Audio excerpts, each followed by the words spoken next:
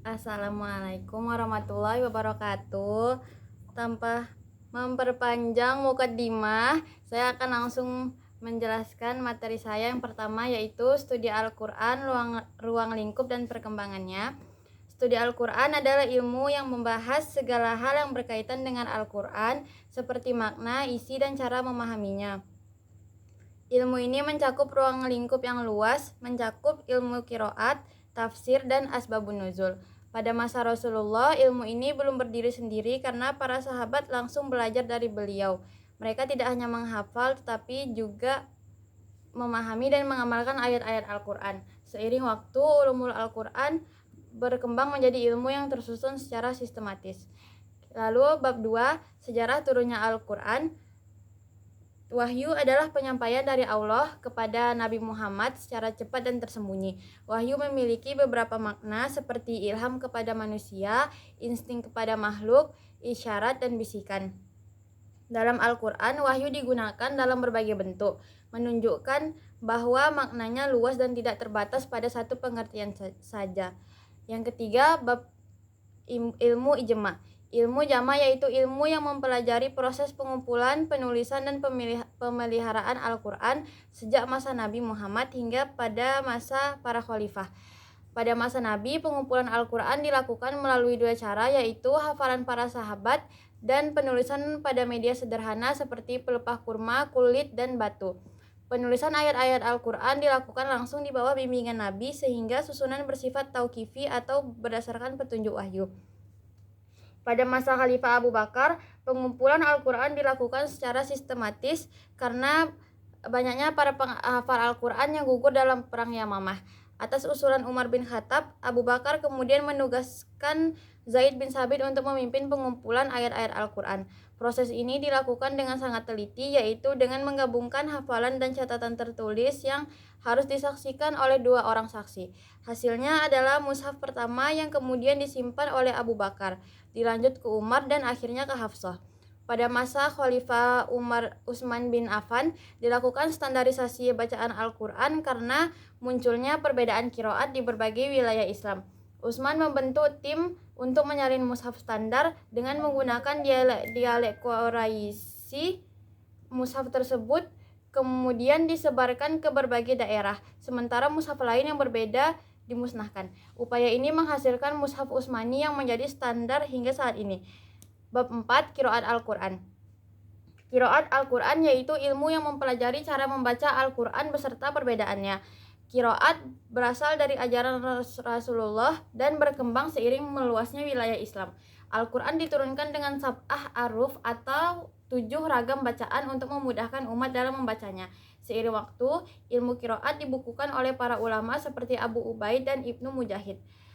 Yang terakhir, Asbab an-nuzul. Asbab an-nuzul yaitu sebab-sebab turunnya ayat Al-Quran. Asbab an-nuzul dapat berupa peristiwa yang terjadi ataupun pernyataan yang diajukan kepada Nabi Muhammad. Selain itu, asbab an-nuzul juga dapat diklasifikasikan berdasarkan jumlah sebab dan ayat yang turun, seperti satu sebab untuk beberapa ayat atau beberapa sebab untuk satu ayat. Mengetahui asbab an-nuzul sangat penting dalam memahami kandungan Al-Quran, terutama dalam penetapan hukum. Tanpa mengetahui latar belakang turunnya ayat, seseorang dapat salah dalam menafsirkan maknanya. Oleh karena itu, pemahaman terhadap asbab an-nuzul membantu kita memahami ayat secara lebih tepat sesuai dengan konteksnya. Ada yang ingin bertanya?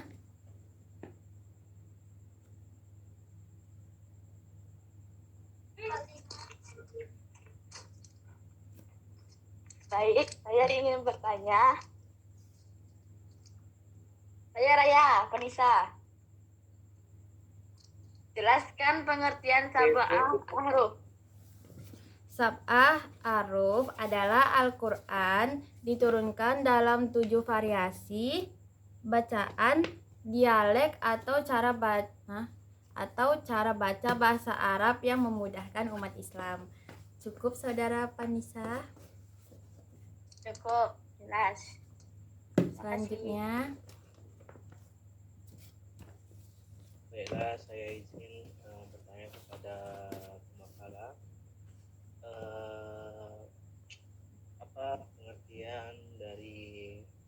ilmu jamak.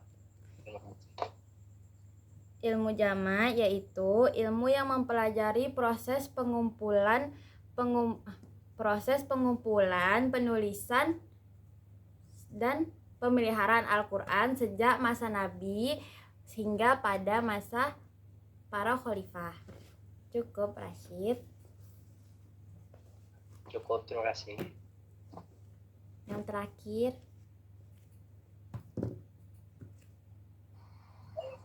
ingin bertanya, bagaimana orang-orang Muslim yang pada zaman Khulafaur Rasyidin mereka mempelajari membaca Al-Quran? bisa diulangi, Abdul?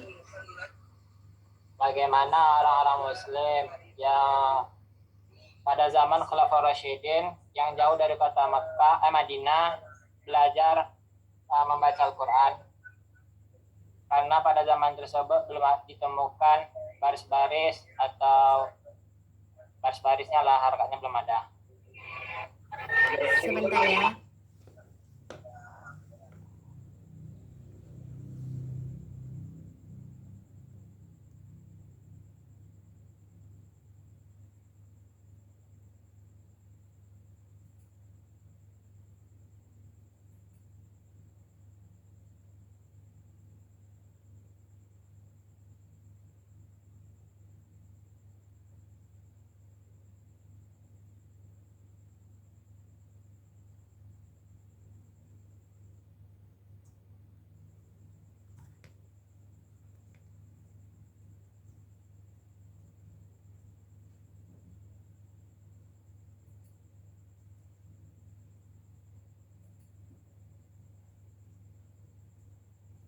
Jadi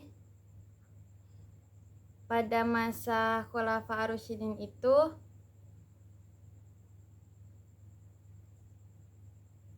penyebaran Islam itu meluas dengan cepat keluar kota Madinah seperti Irak, Syam, dan Mesir.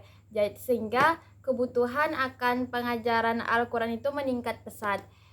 Jadi umat muslim yang jauh dari Madinah itu belajar membaca dan menghafal Al-Quran itu melalui beberapa cara utama, yaitu seperti penyebaran sahabat Nabi ke daerah yang diutus, lalu dengan kutab dan masjid sebagai pusat pendidikan, terus penggunaan mushaf Utsmani, lalu ada metode halakoh dan sorogan, dan pembelajaran berbasis hafalan dan tulisan.